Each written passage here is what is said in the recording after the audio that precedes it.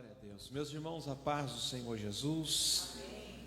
Glória a Deus pela oportunidade de estarmos na casa do Senhor Jesus para tributarmos louvores ao teu nome. Queridos, por favor, eu quero ler 6 versos da palavra de Deus com vocês. Salmos de número 126. Salmos de número 126. A palavra que Cristo assentou ao meu coração, e eu quero, com muito temor e a ajuda do Espírito Santo, partilhar ela com os meus irmãos na noite desse dia de hoje. Deus abençoe a vida do pastor Marcos. Obrigado pelo convite, pastor. É muito bom estar aqui com vocês. Deus continue abençoando poderosamente a vida da irmã Aninha, toda a família do pastor Marcos, para a glória de Deus. Quantos encontraram a referência bíblica? Assim está escrito a poderosa e sacrossanta palavra do Senhor Deus. Quando o Senhor trouxe do cativeiro os que voltavam a Sião, estavam como os que sonham. Então a nossa boca se encheu de riso e nossa língua de cânticos. Então se dizia entre as nações: grandes coisas fez o Senhor a estes, grandes coisas fez o Senhor por nós, e por isso estamos alegres.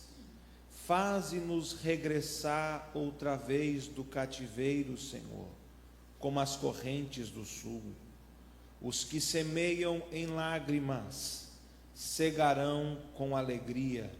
Aquele que leva a preciosa semente, andando e chorando, voltará sem dúvida com alegria, trazendo consigo os seus molhos. Louvado é o nome do Senhor Jesus.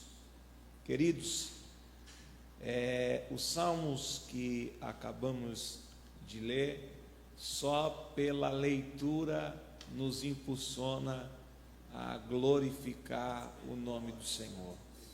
Estes salmos é um dos salmos mais lindos para mim, Bruno, dentro dos 15 salmos de degraus que temos dentro dos 150 salmos compostos. Quando nós olhamos para o contexto destes salmos, nós precisamos compreender que estes 15 salmos de degraus também é conhecido como salmos de romagem. Romagem significa peregrinação, e é justamente esse o contexto que este salmo ele é escrito. O pano de fundo destes salmos está registrado no primeiro verso, aonde nós iremos encontrar a palavra cativeiro. O período que está sendo escrito esta canção é justamente o período em que o povo do Senhor está sendo liberado para retornar para Jerusalém. Então, o contexto destes salmos é o cativeiro.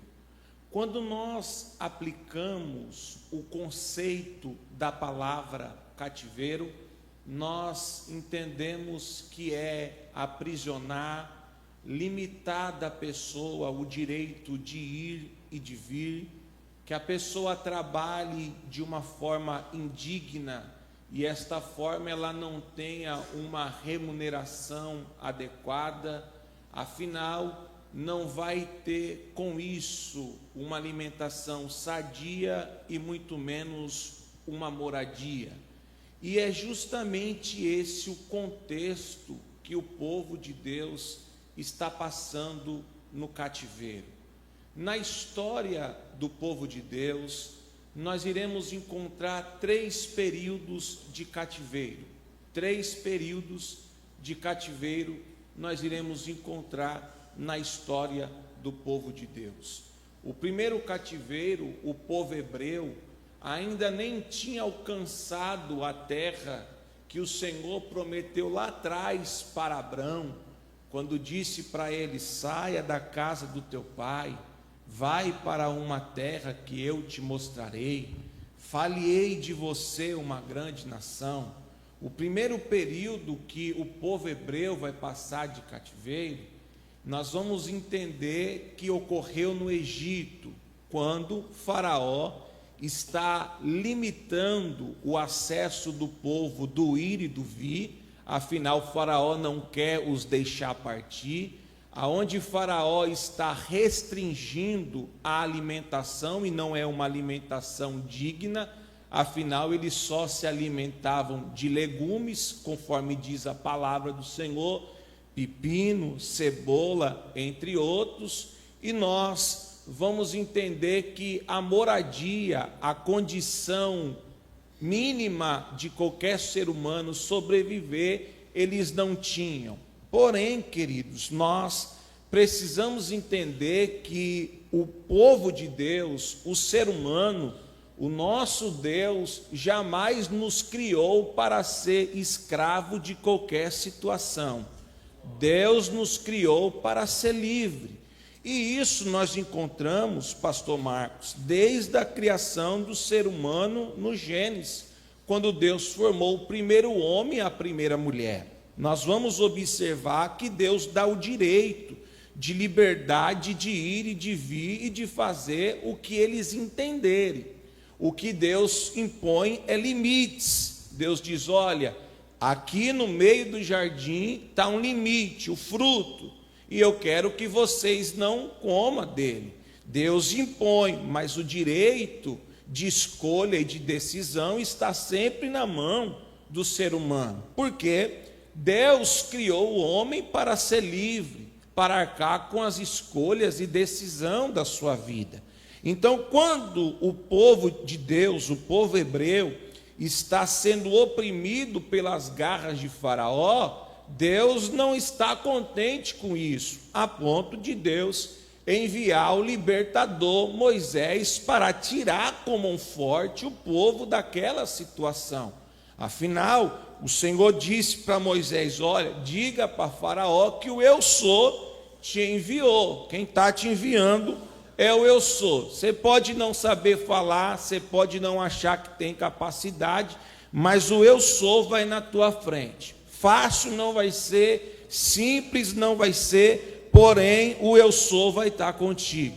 Você sabe a história, vem as pragas, até que chega a última praga, a praga do primogênito, aonde atinge a sua casa e não tem condição. Ou seja, o povo agora vai seguir para o deserto, para então alcançar a terra que Deus prometeu lá atrás para Abraão. Você sabe a história, o povo chegou na terra, uma terra boa, uma terra que mana leite e mel, uma terra próspera, porque Deus cumpre pelo que diz. Afinal, Deus não é homem para que minta, e muito menos filho do homem para que possa se arrepender. Passou tempo, mas Deus cumpre. Nós só precisamos entender o tempo de Deus, a vontade de Deus e o querer de Deus. Deus cumpriu. É tanto que quando Josué, que é da antiga geração, juntamente com Caleb, que achega a terra, e Josué é a referência daquela situação, ele vai dizer ao povo assim: olha, nós estamos na terra que Deus prometeu, e aqui tem diversos deuses, e se vocês quiserem adorar os deuses em cuja terra habitais, a escolha é de vocês, porém eu e minha casa tem um posicionamento: nós serviremos ao Senhor, nós serviremos ao Senhor. Então, Deus é fiel, cumpre no povo hebreu aquilo que prometeu, dá uma terra, a terra boa, uma terra próspera, ou seja, o povo agora tem uma localidade geográfica para dizer: é minha, eu habito a essa região, eu sou desta localidade. Porém, queridos, tudo isso que eu estou dizendo para você direcionado de uma forma teológica chamado de período teocrático. O que é período teocrático? é Deus que está no governo, é Deus que está conduzindo todas as coisas, é Deus que está direcionando todas as coisas. E como é Deus que está direcionando todas as coisas, então Deus levanta quem quer, usa quem quer, capacita quem quer, separa quem quer e dá dom para quem quer. Eu vou repetir isso aqui, pastor Marcos. Quando é Deus que está no controle, Ele usa quem quer, separa quem quer, capacita quem quer, dá dom para quem quer e vocaciona quem Ele quer. E é isso que aconteceu com o povo de Deus. O povo de Deus está na localidade que Deus prometeu. Deus tirou do primeiro cativeiro, cumpriu a promessa, colocou eles num lugar de prosperidade, de uma terra boa, e Deus vai levantando quem Ele quer. Porém, o povo de Deus, o povo hebreu, o povo de Israel era um povo que tinha muita estabilidade com Deus. Tinha período que estava crente até o tutano, mas tinha período que estava como se fosse desviado. O povo vivia nessa instabilidade. Nós vamos entender isso no período dos juízes de Israel.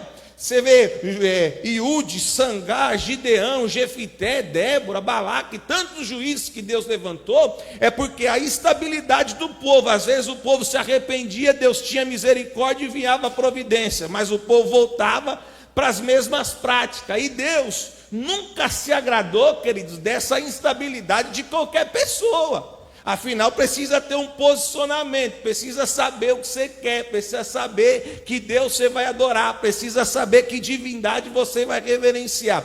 Porém, Deus é longano, Deus é misericordioso e vai tratando. O último juiz de Israel foi Samuel.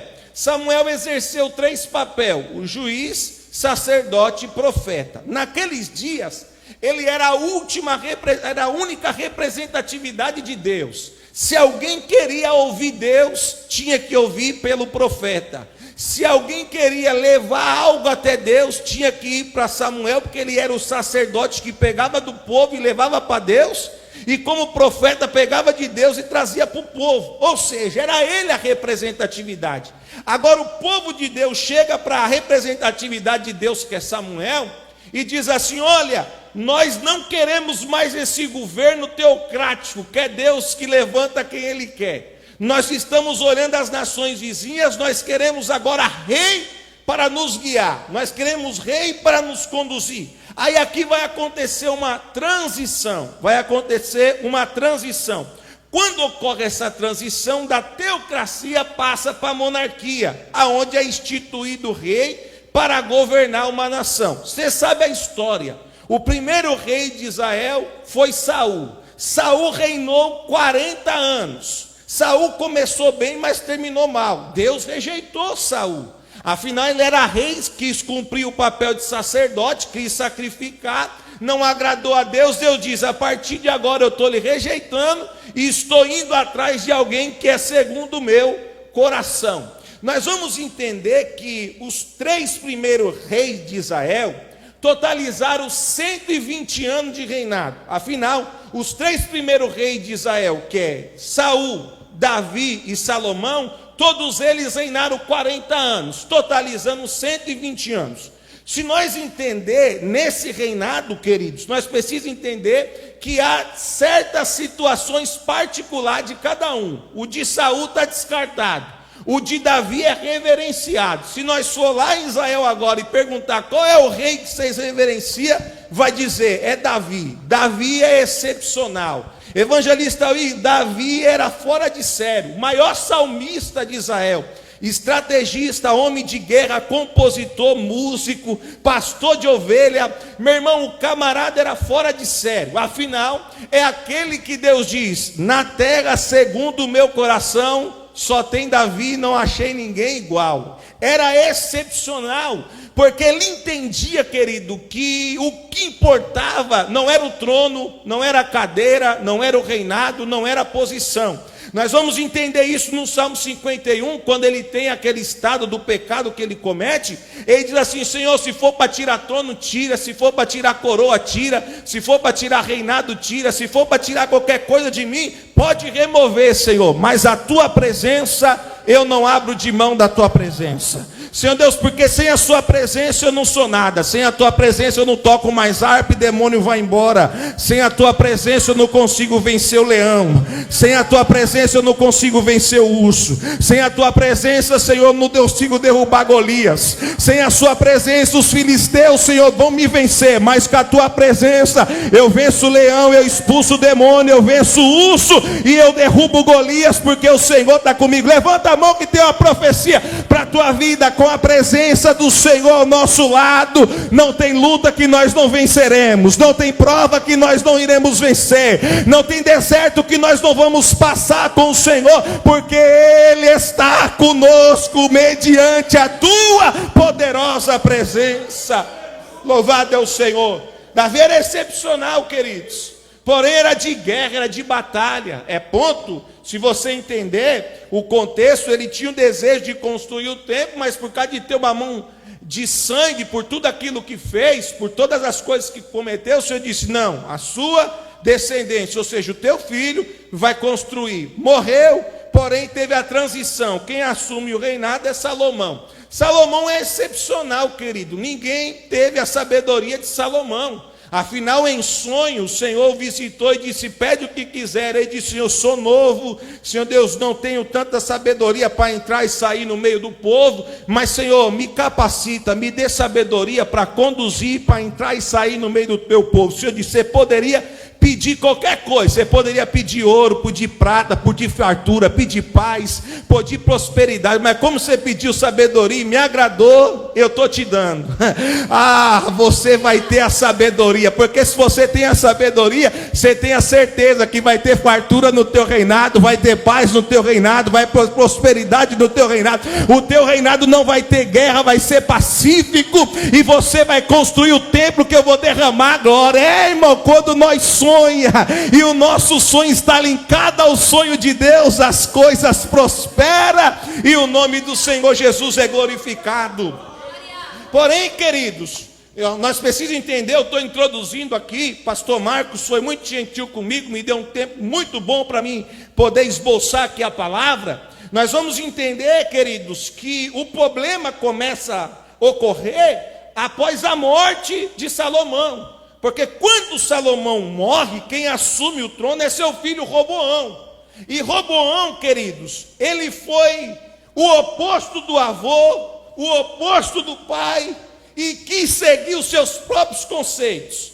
É tanto que quando ele assume, diz que as pessoas vão até ele e dizem assim, olha, os impostos que o seu pai estava cobrando aqui, estava muito alto.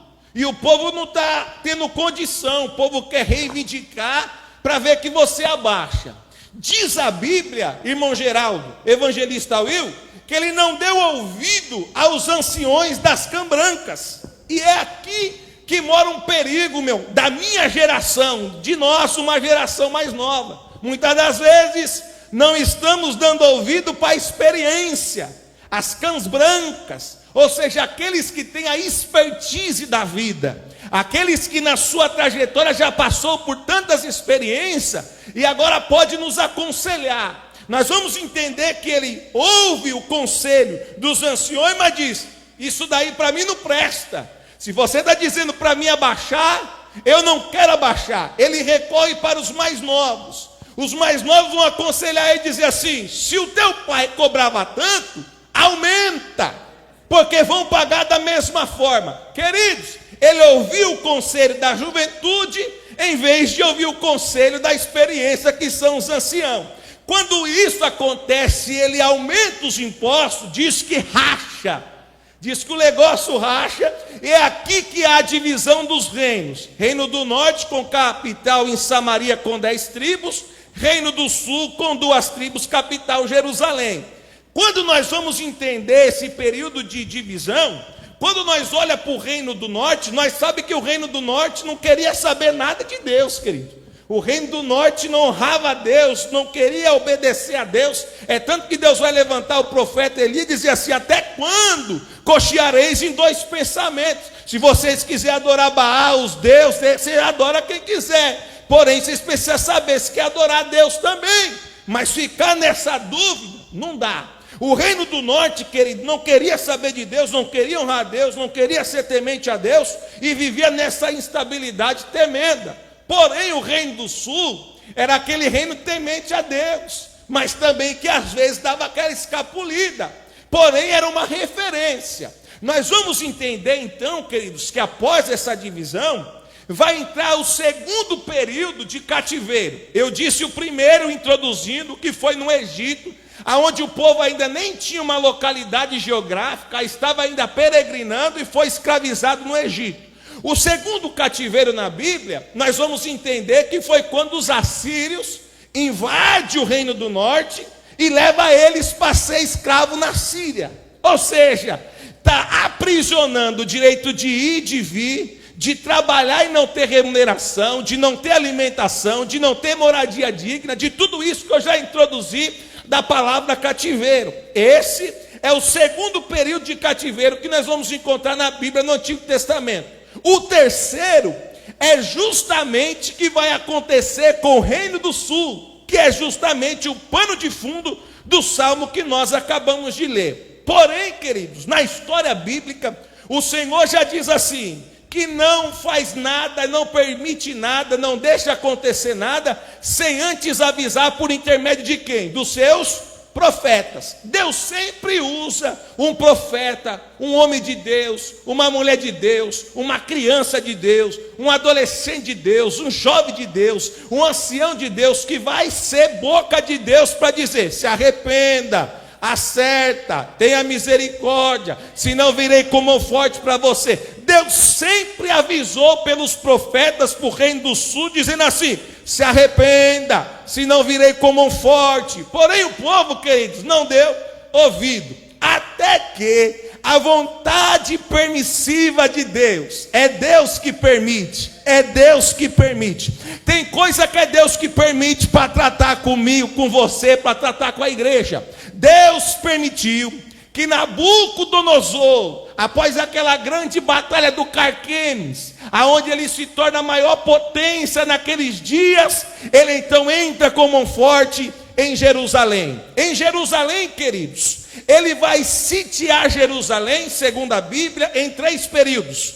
Ele vai sitiar Jerusalém, segundo a Bíblia, em 3 períodos. No primeiro período ele vai levar o conhecimento, o vigor, a sabedoria, aqueles que eram especialistas na linguística, na astrologia, na biologia, aqueles que eram belos, formosos, aqueles que eram diferenciados. É tanto, que nessa primeira leva ele vai levar quem? Daniel, Misael, Ananias e Azarias. Essa primeira leva é para ficar onde? No palácio do rei. Essa primeira leva é para estar no lugar nobre da Babilônia. Porque, querido, o palácio do rei não é para qualquer um. Só vai estar quem é sábio, quem é inteligente, quem vai agregar valores para o reinado. Porque se nós pegar o conceito de Daniel no capítulo 1, no primeiro teste, quando tem aquele banquete, aquela mesa, que eles propõem no seu coração no espaço de 10 dias, dizer não vou comer, não vou beber, diz que eles estavam belos, formosos, robustos, mais do que todos. E se você decorrer a história, você vai olhar o Nabucodonosor dizendo assim, em toda a minha província não tem ninguém, senão segundo Daniel, Misael, Ananias e Azarias, com conhecimento tão excelente. Ou seja, os meninos eram bons demais. Os meninos eram capacitados por Deus demais. Mas o que era isso? Era a presença, porque a banda estava aberta para Jerusalém e dizendo, oh Deus, eu estou na Babilônia, mas eu não esqueço. Eu estou na Babilônia, mas eu sei de onde vem. Eu estou na Babilônia, mas eu sei que é a mão forte do Senhor. Eu estou aqui nesse cenário de luta, mas é a tua mão que me capacita para me vencer.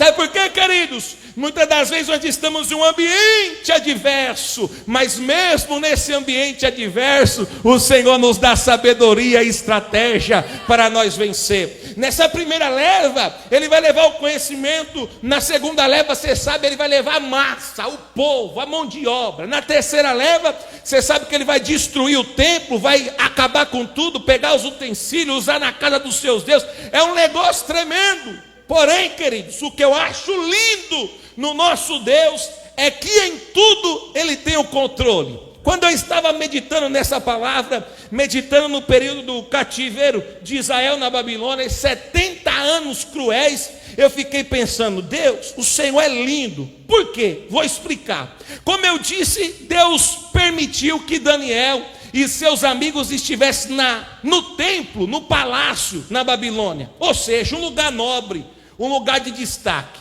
Porém, paralelo a isso, no meio do povo também tinha um profeta. Você sabia disso? Que no meio do povo também tinha um profeta? Se você pegar Ezequiel capítulo 1, versículo de número 3 e 4, vai dizer assim: em frente ao rio Quebar, ou seja, no rio da Babilônia, estava eu, e o Senhor me disse: põe de pé, filho do homem, e falarei contigo. Observa-se comigo uma coisa: Daniel está no palácio, é profeta, profeta maior dentro da Bíblia. Os 4 profetas maiores está Daniel. Se você pegar Ezequiel, está no meio do povo, na periferia da Babilônia, mas também é profeta e é profeta maior. Will, sabe o que quer dizer isso? Queridos, entenda comigo nessa noite. Precisamos entender que não é para todo mundo o palácio, que não é para todo mundo o lugar nobre, que não é para todo mundo estar sentado próximo ao rei. Mas você precisa entender que mesmo você estando no meio do povo, você também é profeta. Afinal, queridos, o segredo não está no ambiente, o segredo está naquilo que Deus te entregou. Levanta a mão que eu tenho uma profecia bíblica para você, para a tua casa, para você que está em casa. Talvez você está no meio do povo, no meio dos protivos, nas biqueiras, nos valados da vida, mas Deus também está com você. Mas também você que está no palácio, no lugar nobre, Deus também está com você. Deus vai te usar no palácio para ganhar rei, mas Deus vai usar também um Ezequiel para ganhar prostíbulos de vida que estão agarrados na garra de Satanás, para louvar o nome do Senhor Jesus. Ou seja, Deus é lindo porque Deus tem as suas representatividades em qualquer lugar. Mas, queridos, o pano de fundo para este Salmos é esse. Eu disse aqui, retomando, 3 períodos de cativeiro: primeiro no Egito, segundo Assírio, e o terceiro em Jerusalém, no Reino do Sul, que vai acontecer em três etapas, ok? Agora eu te pergunto, imagine você, está longe da tua pátria, está longe da tua terra, está longe da sua irmandade, e agora você está num lugar que não é a tua casa, você está em um lugar que não é a tua terra, você está trabalhando indignamente, escravizado, você não está tendo uma boa alimentação, você não está tendo remuneração nenhuma, você está vivendo numa situação adversa total. Imagine como que é viver. Você acha que o povo de Deus estava vivendo bem? Você acha que o povo de Deus estava vivendo de uma forma agradável? Recentemente aqui nesse púlpito, pelo nosso pastor, ele estava falando um pouco sobre missão a povos não alcançados. Falando de missão em povos não alcançados. Se eu não me engano, falando sobre Marrocos, que eu acho que tem um servo do Senhor que está sendo preparado aqui para enviar. E o pastor contando, se eu não me engano, em uma live, falando sobre um servo de Deus que tem a expertise, que está passando toda a direção. O pastor contou como que é mais ou menos o cenário. Ele deu exemplo: se você tem um filho e o seu filho está precisando de um medicamento, e você tem a receita, você tem o dinheiro para ir na farmácia e comprar, e você chega lá e diz: eu quero aqui um exemplo, uma dipirona para me dar para o meu filho. Ele saber que você é crente, ele tem, mas ele diz assim: não tenho aqui para lhe vender. E você tem o dinheiro para comprar, para pagar, mas ele diz: eu não vendo. Por quê? Você está numa outra terra, em uma outra cultura, que as pessoas entendem que você é uma ameaça, que as pessoas entendem que vocês querem pregar uma coisa que não existe. É mais ou menos isso que o povo de Deus está passando, em uma cidade que não é a sua, em um território que não é o seu, em um costume que não é o seu, ou seja, está sendo oprimido, está sendo escravizado e está sendo humilhado. A situação não era fácil. E, paralelo a isso, o que nos dá alusão a isso que eu partilhei com vocês é o Salmo 137. O Salmo 137 diz que os servos do Senhor, o povo de Deus, que estava cativo na Babilônia, estava nos rios da Babilônia assentados. É o Salmo 137. Diz que eles estavam assentados frente aos rios da Babilônia, chorando,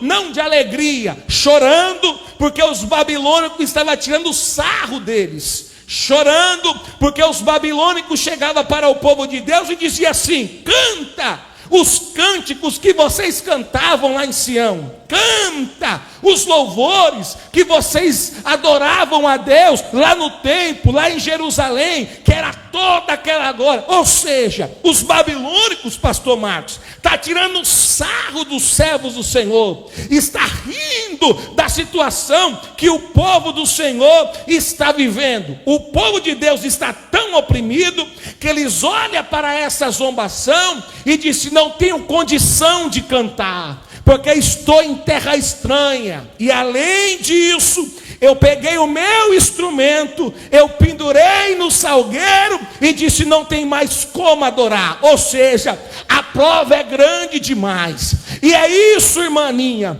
que o adversário da minha vida, da tua vida, da igreja, quer que nós façamos. Pegamos o nosso instrumento e penduramos no salgueiro e fazemos: não vamos mais tocar, não vamos mais cantar, não vamos mais adorar. Ou seja, eu pendurei o chamado, eu pendurei o dom, eu pendurei a vocação, eu pendurei o talento que Deus me deu, eu pendurei aquilo que Deus me confiou mediante a prova. E o nosso adversário está olhando tudo isso e está dando risada.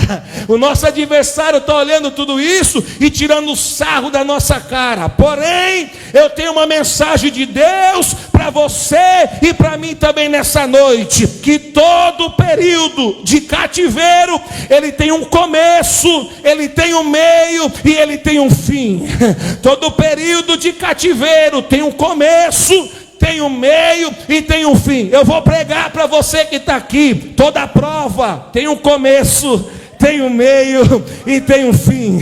Toda luta tem um começo, tem um meio e tem um fim. Todo anonimato tem um começo, tem um meio e tem um fim. Eu não sei o estágio que tu está, mas eu tenho uma boa nova para te dizer: o fim está próximo e Deus está mandando força e refúgio para você continuar. Se você pegar o texto, você vai entender que então Deus levanta o Ciro da Pérsia, dá legalidade e diz: liberta o povo, manda o povo ir, para que o povo volte para a sua terra e reconstrua tudo novamente. Deus usa o Ciro da Pérsia dizendo: vai lá, liberta eles, e eles podem voltar para a sua casa. Quando eles estão voltando, é este o Salmos de número 126. É quando eles estão voltando. Ou seja, o período de cativeiro acabou. A prova passou. Eu estou voltando para casa. Aí diz o texto: como que eles estão voltando? Quando o Senhor trouxe do cativeiro, o que estão voltando a Sião, nós estávamos como os que sonham. Ou seja, Will, nem eles acreditavam do feito que o Senhor estava. Era um sonho. Mas levanta a mão que eu quero pregar nessa noite. Oh glória! Oh glória, eu estou sentindo Deus aqui. Eu estou pregando para sonhador aqui. Ouse sonhar, porque o nosso Deus é especialista em realizar sonho. Para você pode estar distante, mas o nosso Deus cumpre sonho, como cumpriu na vida de José. Ele vai cumprir na tua vida o que ele prometeu. Oh glória! Oh glória! Diz o texto que para eles, pastor Marcos, era como que estavam sonhando. Aí o verso de número 2, ele diz: então a nossa boca se encheu de riso e na nossa língua um cântico. Ou seja, aquilo que era só choro, que era só lágrima, que era só dor, agora tem sorriso no rosto e tem cântico na boca. Deixa eu dizer pelo glória da Esté aqui, tem sorriso no rosto e cântico na boca.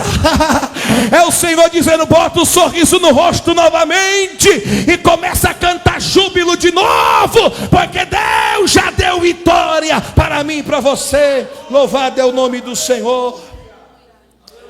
Porém, queridos, tem algo interessante no 2 ainda, porque o 2 diz assim, irmão Geraldo: então se dizia entre as nações, grandes coisas fez o Senhor a estes.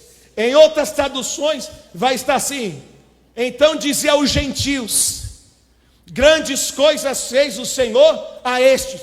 Ou seja, o que é isso, irmãinha? É terceiros que estão vendo o que o Senhor está fazendo. É as pessoas, o vizinho de outro bairro, de outro setor, de outra congregação, que está olhando para a tua casa e dizendo: é o Senhor que fez. Oh glória, oh glória, oh glória.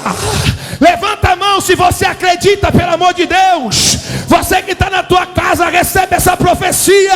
O Senhor está dizendo: vão ter que dizer: foi o Senhor que fez grandes coisas a este povo. Louvado é o nome do Senhor. Queridos, grandes coisas fez o Senhor a... Isso quem está cantando é terceiros, os gentios. Ou vamos dizer aqui no nosso linguajar, o não crente.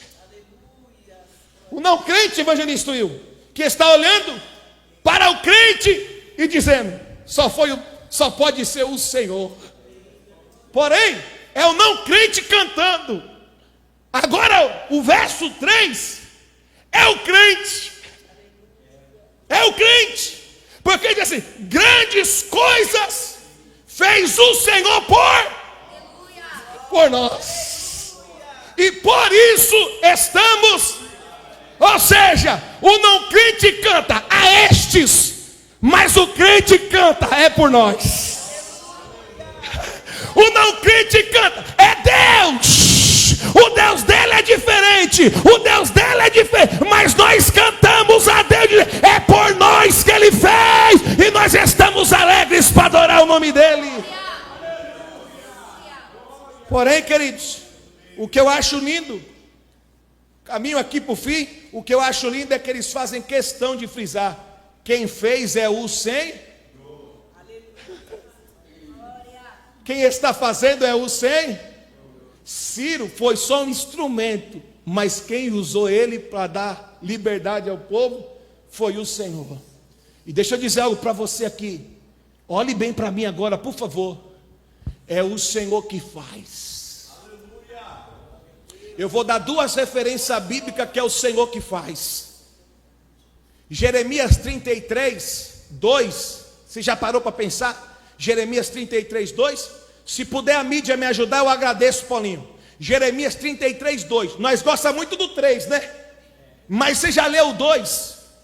O 2 fala de 3 maravilhas do Senhor. A primeira está lá: o Senhor que faz, o Senhor que faz, o Senhor que forma, o Senhor que estabelece. O Senhor que faz, o Senhor que forma, o Senhor que estabelece. O Senhor que faz, o Senhor que forma, o Senhor que estabelece. Eu vou repetir pela mão levantada do irmão: o Senhor que faz, o Senhor que forma, o Senhor que estabelece. É o Senhor que está dizendo: é eu que vou fazer, é eu que vou formar e é eu que vou estabelecer, porque eu sou Deus. Oridos, a primeira coisa, a referência bíblica é Jeremias, como eu disse, 33, 2. O Senhor faz, o Senhor faz. A segunda, o irmão Geraldo já leu aqui. Se nós pegar o Salmo 46, me ajuda a mídia. Se nós pegar o Salmo 46, vai falar de 3 dádivas de Deus. A primeira é a que o Geraldo diz: Deus é, Deus é, Deus é. Está no verso primeiro: Deus é. O que Deus é? Refúgio, fortaleza, socorro bem presente na hora da angústia. A segunda dádiva do Salmo de Deus, no Salmo 146, está no versículo 5, que diz: Deus está onde? No meio dela, e não será abalada. Deus ajudará ao romper da manhã. A terceira dádiva de Deus, que é a que eu aplico aqui, está, olha lá, que mídia boa, é a que Ele faz. O que Ele faz? Ele faz cessar as guerras até o fim da terra. Ele corta o laço, quebra a lança, queima os carros no fogo. Ele diz: aquietai-vos e sabei que eu sou Deus, serei exaltado entre as nações. O Senhor está dizendo: eu vou fazer na tua vida, na tua casa, nos teus sonhos, nos teus projetos. Eu sou Deus que faz. Eita!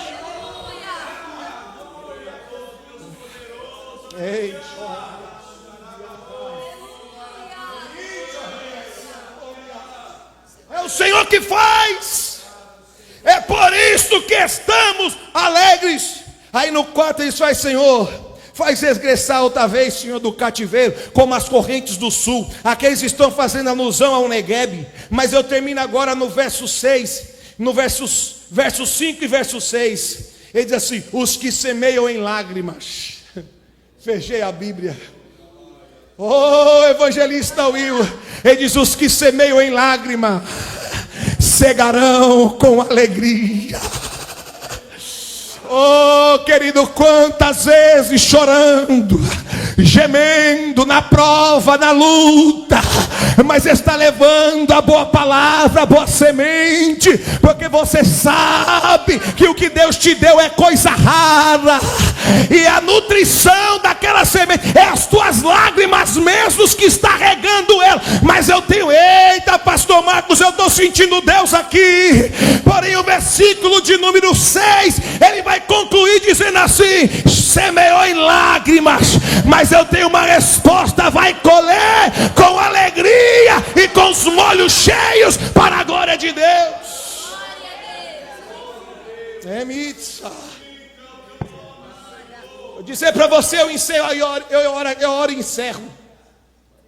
No cativeiro foi choro, foi luta, foi 70 anos cruéis. Mas como eles estão voltando, conforme esses versos que lemos, de 3 formas: sorriso no rosto, cântico na boca e com os seus molhos transbordando pela colheita. Sorriso no rosto, cântico nos lábios, ou cântico na boca, como queira, e com os molhos da colheita jubilante. É isso que o Senhor Deus tem para nós. Eu não sei como se entrou aqui, mas você vai voltar com sorriso, com cântico e com colheita. Com sorriso, com cântico e com colheita. Para gravar: com sorriso, com cântico e com colheita, para a glória de Deus. Por favor, eu quero orar. Obrigado, Jesus. Você pode estar ao lado de alguém nesse momento. Primeira vez que eu peço isso aqui. Está do lado de alguém, ora com ele, ora com ela. Às vezes a luta é travada mesmo, querido, eu sei disso. Mas o nosso Deus não nos abandona. O Senhor está dizendo para você que está em casa: fica tranquilo. Descansa o teu coração. Eu sou Deus que estou no controle. Vai voltar a sorrir, vai voltar a cantar, e vai colher com júbilos de alegria para a glória de Deus. Pai, obrigado, Jesus, por esta noite, pela tua palavra, por estar na tua casa. Jesus, continua abençoando, Senhor Deus, o teu povo, a tua igreja, os teus filhos. Continua abençoando, Senhor Deus, nossa vida, os nossos sonhos. Nós somos sonhadores, Jesus. Nós sonhamos, Jesus, porque o Senhor é Deus que realiza sonho. Oh Deus, Senhor Deus, abençoa, Pai, para nós cantar. Grandes coisas fez o Senhor por nós, e por isso, Senhor, estamos alegres. Senhor Deus, os terceiros não crentes vai ter que olhar e dizer: foi o Senhor que fez, foi o Senhor que abençoou, Foi o Senhor que restaurou essa casa. Foi o Senhor que libertou este homem. Foi o Senhor que abençoou essa empresa. Foi o Senhor, meu Deus. E por isso hoje, nesta quinta na graça, nós queremos te agradecer por tudo, Deus. Assim nós oramos, agradecidos sempre, em nome de Jesus. Dá um abraço em 2 ou 3. Obrigado, pastor Marcos.